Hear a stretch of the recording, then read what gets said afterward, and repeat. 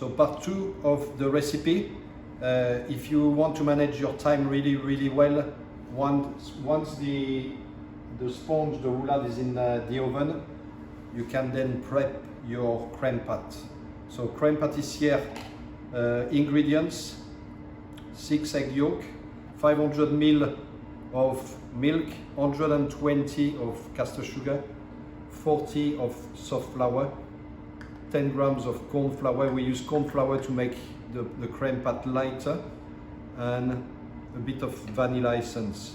Equipment wise, you need a saucepan, a whisk, and a spatula. So the process of making your creme patissiere: the egg yolk, the sugar, and you start creaming that together, yes? Again, you break down the protein of the sugar and make it nice and fluffy again.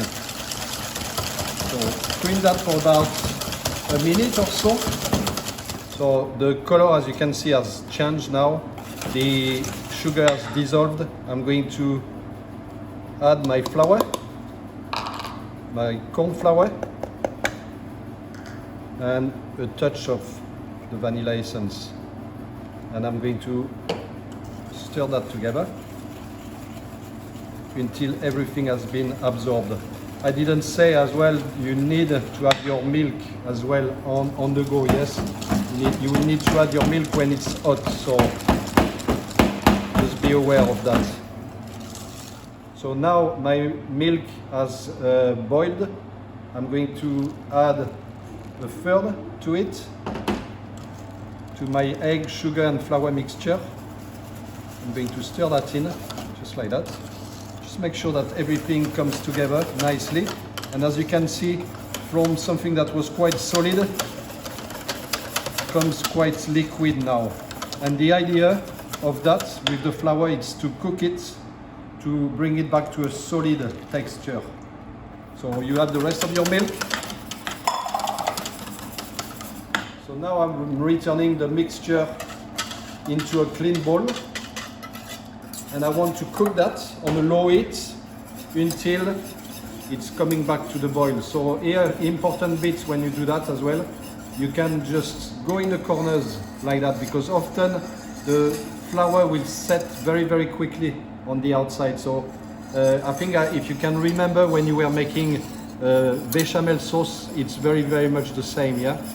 Apart from that, it's going to be much thicker because it's a filling more than a sauce. So at that stage, as you can see, your filling, your creme pat has thickened, and the indication that it's cooked, you have some little bubble coming onto the top, yeah? And it's quite thick. As you can see, it's holding into the whisk as well. So that's ready. At that stage, you want to transfer your creme pat into a clean bowl.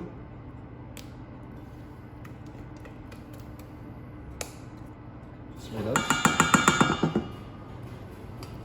And then you want to cover that creme pat with a cartouche, yeah?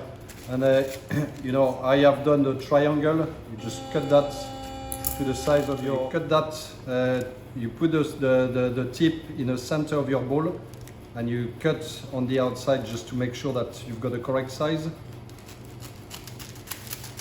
And you put that on the top of your creme pat to prevent a skin from forming, yeah? If you don't do that, it's going to produce like a kind of firm crust, which is not very palatable, it's not very nice to eat, yeah? And it will create some lumps as well. So after 12 minutes, we are having a little feel of the sponge. It's quite springy on the top, and it feels firm, so it does indicate that it's cooked, yeah? So what you need to do now is grab your greaseproof paper, just like that, and transfer that onto your pre-prepared greaseproof with the sugar. So at that stage, you ensure that you are peeling off the greaseproof that you have used for your baking. And again, key to the recipe and method, you need to roll your sponge while it's still warm, yeah? So you just go like that, taking care of not breaking it. Roll it, and you are going to leave that to stand and to cool down for about 12 minutes. Okay, so now my roulade has cooled down. I need to unroll it. And I'm going to do that very, very careful. Just like that. And I'm going to start with the jam, yeah? So in here we could, to increase the flavor, do a little syrup, 50 water and sugar, and brush it on the top, so that would give you a tiny bit more flavor. But you know, it's not required for your assessment. So what needs doing now, you just get some jam and you spread that all over the top like that. Once you have the jam sorted, you are going to do exactly the same with your creme pats. So now the jam has been spread all over. I will do exactly the same with my creme pats. Again, go right to the edges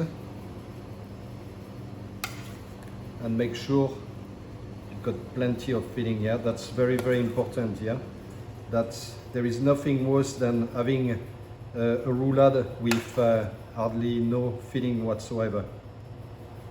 And now what you need to do is just bring the roulade together.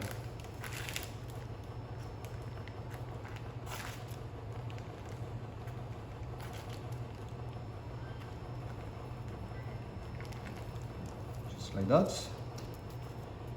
That's really nice. What I'm going to do now is just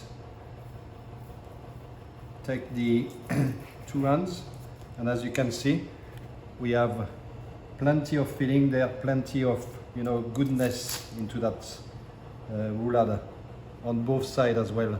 That's what you are looking for as well, the nice little shape, yeah? Nice. So you need to remember that you need 6 portions, yeah? You need to present the roulade as a 6 portion. So if you calculate about 2 fingers for 1 portion, 1, 2, 3, 4, 5, 6. So up to here, that would give you your 6 portion, and then you could do just 1 to present as a plated dessert, which I'm going to show you. So now to finish the roulade can be served like that, yeah, but it's quite plain, it's quite simple. So my advice is, if you make a chantilly cream, and I'm not going to tell you how to make a chantilly cream anymore, because we've done that quite a lot, and you can pipe your chantilly cream on the top like that. And a couple of things here you can do to finish it off and to make it look even more attractive. You can use some fresh raspberries, you can use some flowers as well, edible flowers. You can maybe do a little drizzle of milk chocolate on the top, just like that. And then you can use a tiny bit of the white as well. And then if you had the time to do some mini chocolate decoration, that would be good.